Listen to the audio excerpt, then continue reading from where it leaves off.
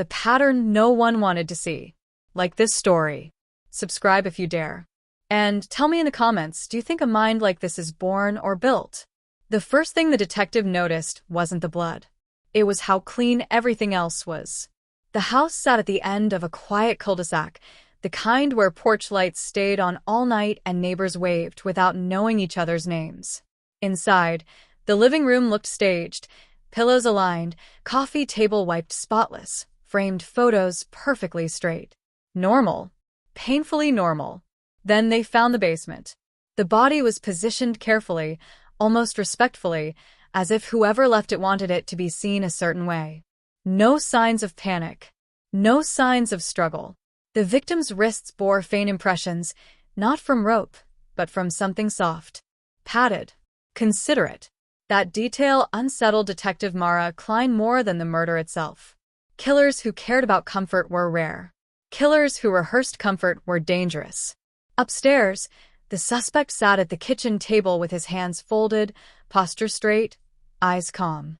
His name was Daniel Harlow. 36. Data analyst. No criminal record. No history of violence. Volunteered on weekends. Paid his taxes early. He had called the police himself. "I think something's wrong," he had said on the phone. "I think someone's been in my house." When officers arrived, Daniel stood barefoot on the porch, wrapped in a blanket, shivering, not from cold, but from something quieter. Fear, maybe. Or performance. Now, in the interrogation room, he spoke slowly, carefully choosing each word as if language itself could incriminate him. "I don't understand how this happened," he said. "I was asleep. I heard a noise. I thought maybe it was the furnace." Mara watched his face as he spoke. Not his eyes, his micro-expressions. The slight delay before each answer. The way his mouth tightened when he said asleep, as if correcting himself internally. "Daniel," she said, "do you recognize the victim?" He nodded once. "Yes." No hesitation. "Her name was Elise Ward," Mara continued. "She was reported missing 2 weeks ago." "I know," he said. "She worked in my building." That was the first crack. Most people, when told the name of a dead coworker found in their basement, reacted emotionally. Shock. Horror. Denial. Daniel reacted procedurally. He supplied context.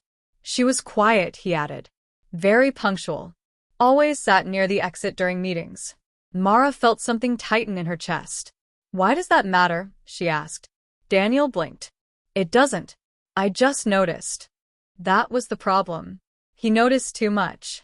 As crime scene technicians cataloged the basement, they found more details that didn't fit a spontaneous crime. No forced entry. No chaotic movement.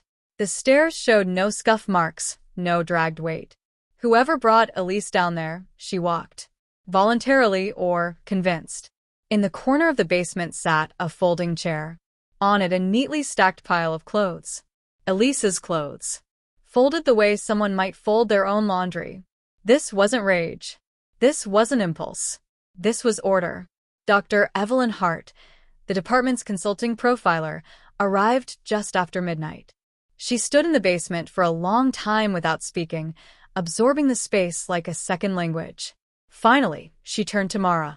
"Whoever did this," she said, "wanted control without chaos. That usually means one thing." "What?" Mara asked. They didn't see themselves as the villain. Upstairs, Daniel requested water. He thanked the officer who brought it. He asked if Elise's family had been notified. "I hope they're okay," he said softly. Mara watched from behind the glass. "Is he acting?" a younger detective whispered. Dr. Hart shook her head. "No. He believes what he's saying." That he didn't do it? That he didn't do anything wrong. The investigation unfolded like a slow burn. Neighbors described Daniel as polite, reserved, forgettable. "The kind of guy you'd trust with a spare key," one woman said. "The kind you wouldn't think twice about." Elise's coworkers painted a different picture, not of Daniel, but of her final weeks. She had seemed distracted, nervous. She had started leaving work early, always at the same time. "Did she mention Daniel?" Mara asked one coworker. The woman hesitated. "Not directly." But she said someone kept noticing her routines. Said it felt invasive. Daniel's phone revealed no incriminating messages. No threats. No obsession. His search history was sterile. News, work-related queries, grocery lists. Too clean.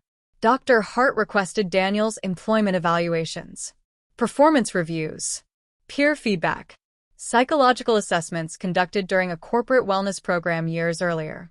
Most were glowing, except one. A brief note from a company's psychologist stood out. Subject exhibits elevated pattern recognition and rigid moral reasoning. Displays discomfort when systems feel inefficient or unpredictable. Dr. Hart leaned back in her chair. Pattern recognition, she murmured. That's not just about numbers. Mara felt the room tilt slightly. They re-examined the case with new eyes. Elise's routines. The timing of her disappearance. The placement of her body. The folded clothes. The padded restraints. It wasn't about desire. Or anger. It was about correction. Daniel wasn't chaotic. He was corrective. He observed the world, identified deviations, and felt compelled to fix them. Not violently, methodically. In the interrogation room, Mara tried a different approach. Daniel, she said gently, do you believe some people need guidance? He smiled faintly. Everyone does. Society works because we follow rules. And when someone doesn't, his smile faded. Then things fall apart. What kind of things? He looked at her then, really looked. His eyes were calm, but something beneath them stirred, an irritation held in check. I don't like disorder, he said. It makes people unsafe. That night, Dr. Hart reviewed Daniel's childhood records. What she found made her stomach drop. Not trauma. Not abuse. Something worse. Consistency. Every school report described the same thing: exceptional behavior, strict adherence to rules, distress when peers broke them. One note from a third-grade teacher read, Daniel becomes deeply unsettled when others behave unpredictably. He once attempted to correct another student by isolating them until they apologized. Dr. Hart closed the file slowly. This wasn't a crime of opportunity. It wasn't even personal. It was rehearsed over a lifetime. And Daniel Harlow had been practicing his whole life for this moment. The architecture of control. By the time the sun rose, the case had already changed shape.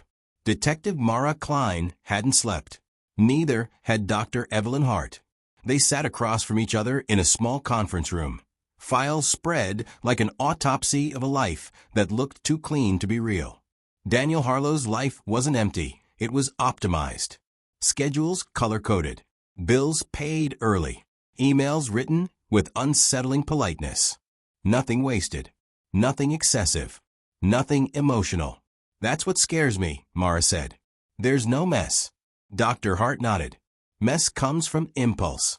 He doesn't operate on impulse. He operates on permission. Permission from who? From himself. They brought Daniel back into the interrogation room mid-morning. He looked rested, even refreshed, as if sleep came easily to him. He asked how their night had been. He apologized for the inconvenience. He smiled at the right moments. Mara placed a photo on the table, not of the body, but of the basement chair. The folded clothes. Can you explain this? She asked. Daniel studied the image carefully. Not with fear. With evaluation. She didn't like wrinkles, he said. The room went quiet. What? Mara asked. Elise, he continued calmly. She always smoothed her skirt before sitting. She once said it made her feel disorganized if she didn't. Dr. Hart leaned forward. How do you know that? Daniel blinked. The faintest crack in the glass. I pay attention, he said. People don't realize how loud they are when you listen. Mara felt the shift. This wasn't a suspect defending himself anymore. This was a man explaining his work. You followed her, Mara said. I observed her, Daniel corrected. There's a difference. Did she know? She knew someone noticed. That's not the same as knowing who. Dr. Hart slid another photo forward. This one of Elise leaving the office building weeks before her disappearance. Daniel stood just inside the frame, reflected faintly in the glass. You adjusted your schedule to match hers, Hart said. Every day. For months.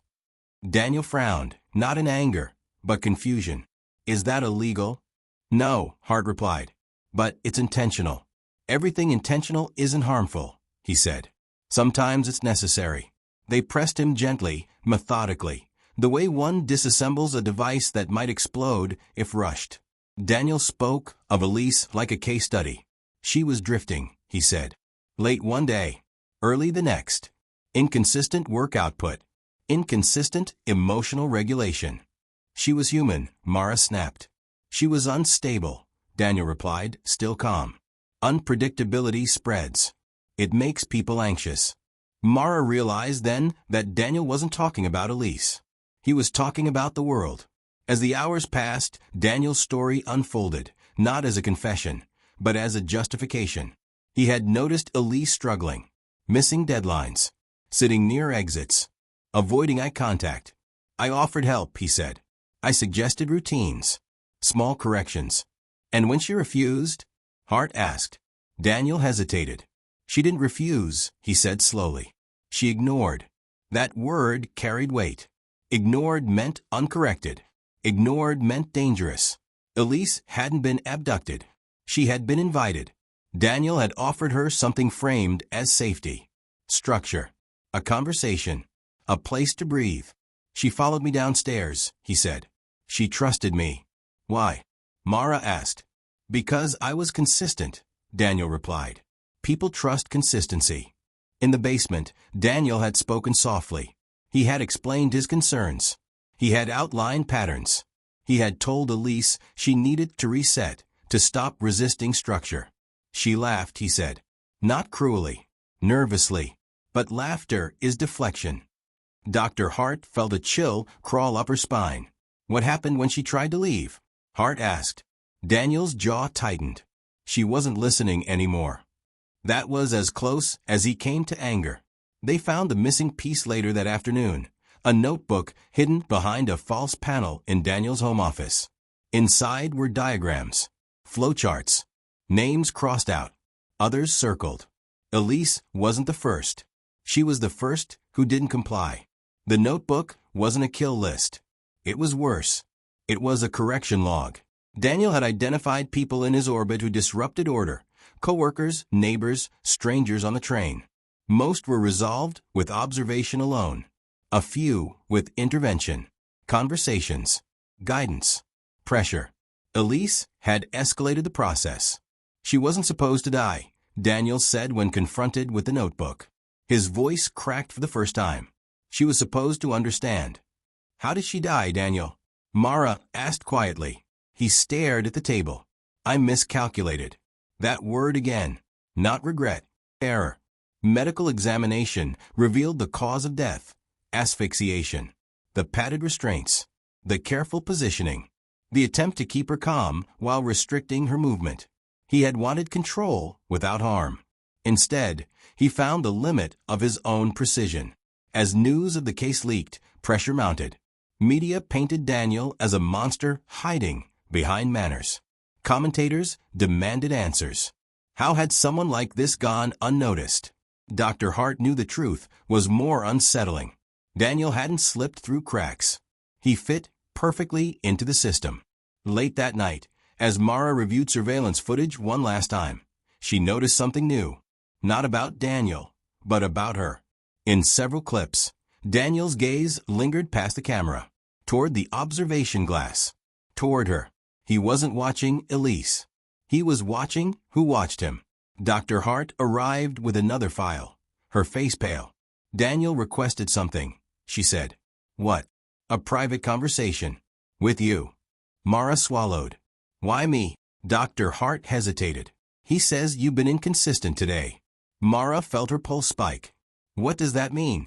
It means, Hart said slowly, you've entered his pattern.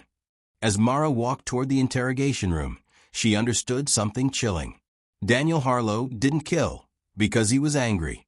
He killed because someone failed to behave the way his mind required. And now he was deciding whether she needed correction too. The mind that never felt guilty. Mara didn't sit when she entered the room. Daniel noticed immediately. That's different, he said. The interrogation room felt smaller than before, like the walls had leaned in to listen. The fluorescent light buzzed faintly overhead. Daniel sat exactly where he had been every other time. Hands folded, back straight, eyes alert. Mara remained standing. "You asked to see me," she said. "Say what you need to say." Daniel studied her the way a watchmaker studies a broken gear. "You changed your routine," he said. "You usually sit within 3 seconds. Today you didn't." Mara felt a chill, but she kept her voice steady. "People change." Daniel frowned. Not without cause. Dr. Hart watched from behind the glass, heart pounding. This was no longer an interrogation. It was an evaluation. "You've been inconsistent since last night," Daniel continued. "Your questions have shifted. Your posture is defensive. You interrupted me twice earlier. That's inefficient." Mara leaned forward. Daniel, Elise didn't need correction. She needed help. His jaw tightened. "Help requires cooperation." "And when someone doesn't cooperate," she pressed, "then they become a variable," he said. "Variables destabilize systems." Mara saw then, clearly, painfully. Daniel didn't feel powerful when he killed. He felt responsible, like a custodian cleaning a spill no one else wanted to acknowledge. "You think you're protecting people," Mara said. "I was," Daniel replied, "until you interfered." The air left her lungs. "Interfered how?" she asked. "You disrupted the process," he said calmly. "You stopped me from completing it." Mara realized something horrifying. Elise hadn't been the end. She had been a test. The evidence confirmed it soon after. A digital forensics team uncovered encrypted files buried deep within Daniel's work server. Inside were predictive models, behavioral forecasts. Names matched faces. Faces matched routines. Some of them were still alive. One name appeared repeatedly, highlighted and annotated over weeks. Mara Klein. Daniel hadn't just studied her since the investigation began. He had been studying her before Elise ever disappeared. Surveillance footage placed him near the precinct months earlier. He had attended a public safety seminar, asked questions, taken notes. "She stood out," Daniel said later, when confronted. "You challenged assumptions. You improvise. Improvisation introduces risk." Dr. Hart felt the weight of it settle into her bones. "You were building toward another correction," she said. "Yes," Daniel replied, "but you accelerated it."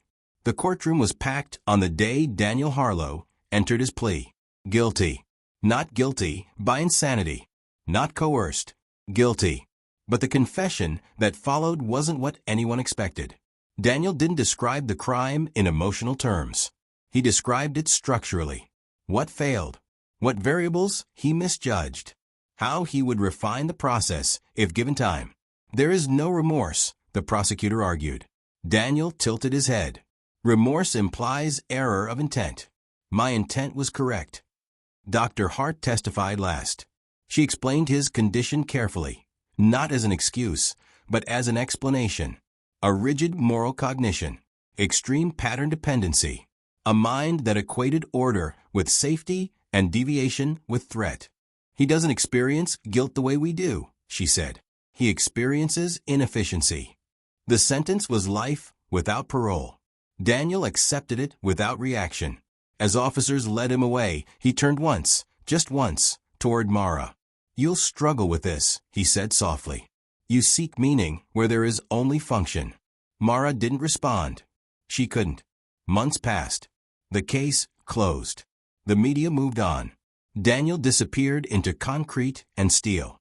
But the damage lingered. Mara found herself questioning routines she'd never noticed before.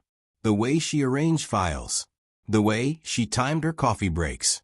She caught herself correcting small inconsistencies, then stopped, terrified of the thought. Dr. Hart resigned from consulting soon after. She couldn't stop thinking about how many Daniels existed undetected. Not because they were violent, but because they were effective. Too effective. Late one night, Mara received an envelope at her apartment. No return address. Prison mail. Inside was a single sheet of paper. A diagram. Her daily routine updated. At the bottom, a note in Daniel's precise handwriting. Observation continues.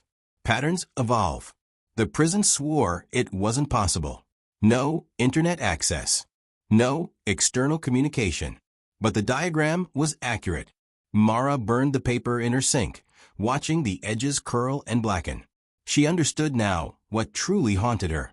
Daniel hadn't been driven by rage. He hadn't snapped. He had simply applied logic to human beings and never saw a reason to stop. They believed the killer had been contained. But psychology doesn't imprison a mind.